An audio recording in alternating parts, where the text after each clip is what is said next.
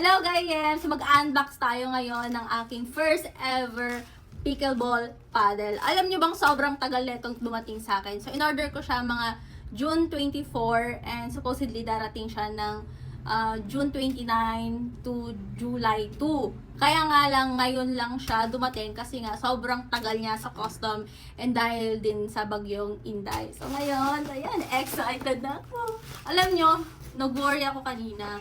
Kasi, nung binuhat ko siya, sobrang gahan. Nakala mo karton lang. Pero, naririnig ko naman, merong laman. So, tara, unbox natin. Excited na ako. Alam nyo kasi, mga gayem, kinakaadikan ko recently yung paglalaro ng pickleball. At sobrang, alam mo yung tipong kating-kating na akong mamalo, ayun, maglaro kasi aya ko ng aya sa GC namin, sino yung gustong sumama makipaglaro. Syempre, para din naman makatipid tayo sa court rent and para may kalaro na din ako, di ba? Syempre, magre-rent nga ako ng court, wala naman akong kalaro, edi ano yun? So, nagsasarili, gano'n. Ito yung in-order ko, mami, kasi nagustuhan ko siya. Tapos, yung color na kinuha ko is yung favorite color ko. Ito na. Anyway, kaya pala siya natagalan kasi galing pa siya directly sa Vietnam. Wait lang.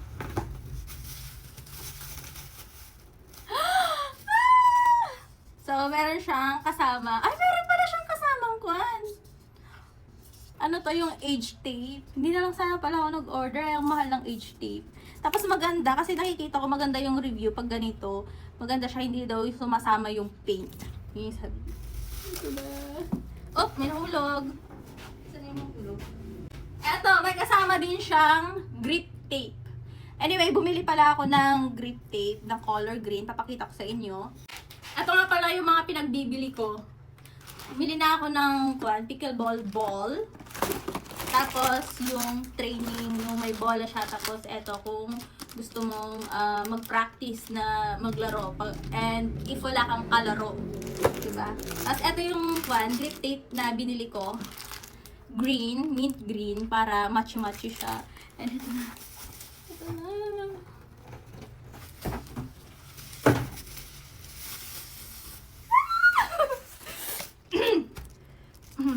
Kalmahan mo. Tagal ko inalita ito.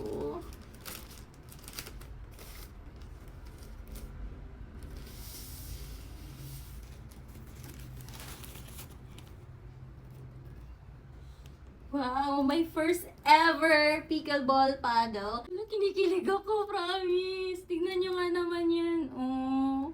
Diba? So, my first ever paddle na binili is etong ating Wika Biofire 2. And sobrang ganda. Gustong-gusto ko talaga yung kulay niya din. And, wow. Tignan nyo nga naman yung detail niya. Oh, kita nyo yan. Ayan. Tapos, ito yung sa may edge niya. Ayan. Wow! Grabe. So, ito na. Tatanggalin na natin to. Kinikilig talaga ako, mami. So, itong binili ko is yung green. So, nandyan yung brand, yung Wika Biofire Evolution 2. 16mm. Ayan. Ayan yung, tignan nyo na, naka-emboss siya, oh. Ito, naka-emboss to. Ang ganda. Ito, yung design niya dito, emboss din yan. Ito, naka-emboss din. Pati ito, emboss. Wow. Ang ganda. Tapos ayun, no? So, yan yung grip niya. Tapos, makikita mo dito, meron din siya yung, anong tawag dito? Hindi ko na alam kung anong tawag dito. Nakalimutan ko. Sobrang,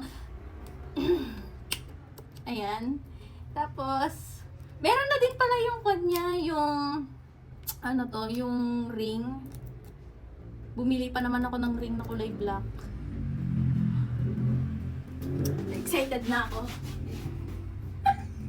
Tapos mga mi, compare sa ginagamit namin, kasi nagre-rent ako ng paddle sa kung saan ako naglalaro. Ayan. Mas magaan to. Ganda. Ganyan. Kaya pala parang nung hinawakan ko yung package, ninervyos ako kasi akala ko karton lang at walang laman, pero nung inalog ko siya, merong laman. Wow! Matitest natin to mamaya kasi punta kami ng Santiago. Doon kayo maglalaro ng pickleball. May bola pala ako dito. So, itatry natin siya. First, isa-sound check natin siya. Ayun, yun yung sound niya. Tapos, malalaman mo daw if legit siya or maganda yung grip ng paddle if pag hindi siya dumulas from the paddle. Oh. Ayun, babalik siya. Oh. Okay. Ayun. My first ever pickleball paddle. So, yan lang mga mi. See you guys sa Santiago. Bye!